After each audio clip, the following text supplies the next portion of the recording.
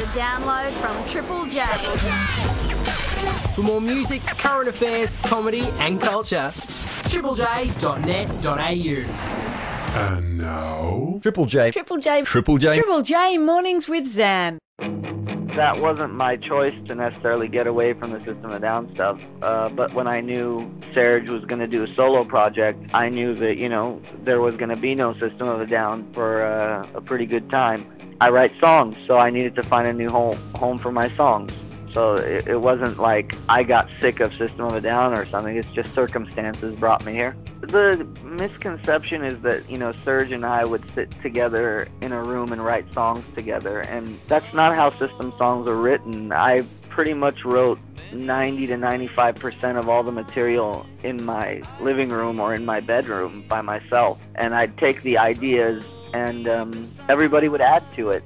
John would add drums, Serge would add certain vocals and lyrics at times, but the big bulk of it was pretty much written by the time I took it into the band. So the writing style hasn't really changed that much for me, whether it was with Serge singing in the band or without Serge singing in the band. It takes a different dynamic though.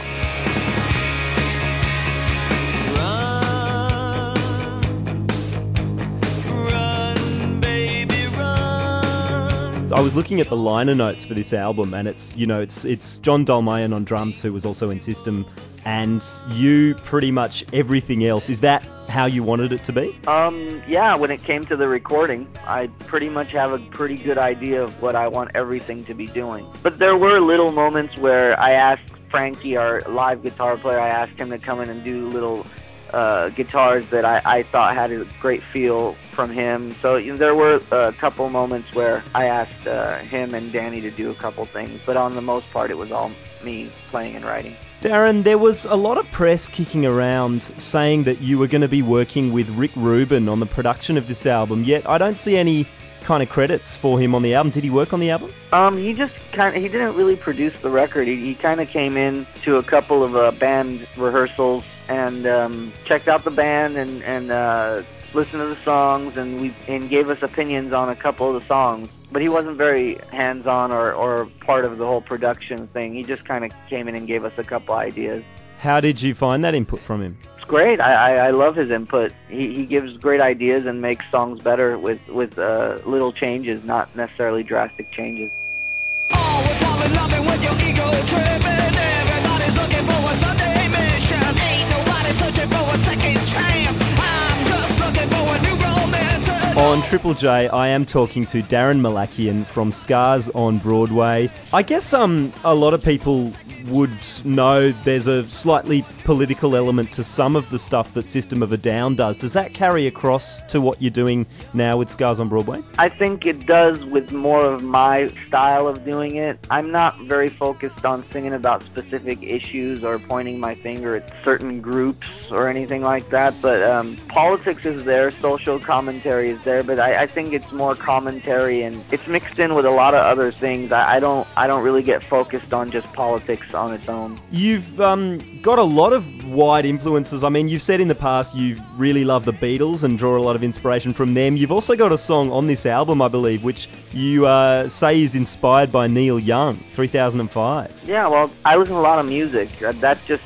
naming the Beatles and Neil Young isn't even like 1% of the music that I listen to. Like, there's just so much influence that I have, and I'm not afraid to let those influences show. I mean, it's everything from country music to rock music to electronic music to every kind of music out there. I think has a mood and has a place, and I try to incorporate that in my music. And my songs is a variety of styles and variety of influences, and I'm not afraid to show them. I don't want this band to be one-dimensional. I don't want any band I ever play in to be one-dimensional.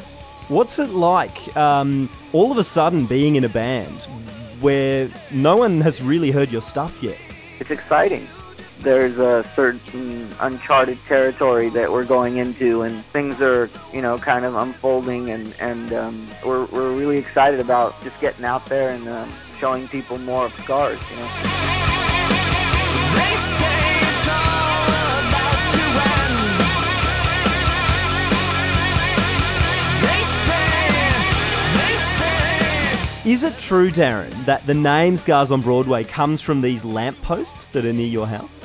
Yeah, the idea of the name came from there. Well, I was just in a car talking to my friend about these lampposts that have these little swastikas. They look like swastikas, actually, but I don't know if they're meant to be, but they look exactly like it. And they're on a street called Broadway. And I was telling my friend about, hey, do you ever see those swastikas on Broadway? And when I said that, it kind of created an image in my head where it was like, that's an interesting image. But I didn't want to use the word swastikas because it didn't really fit with where I was going with it. Yeah. And I kind of changed it right at the moment. I said, Scars on Broadway. That's a pretty cool band name. You know, and I was kind of searching for that at the moment because I knew I was going to do this project and this band, and I was searching for a name for it. So when that came to me right there, I kind of just grabbed it and held on to it. And does that image sort of translate to something that you feel more generally about, I don't know, about the world? Well, no, I think the name came to me from those light posts, but what the name means is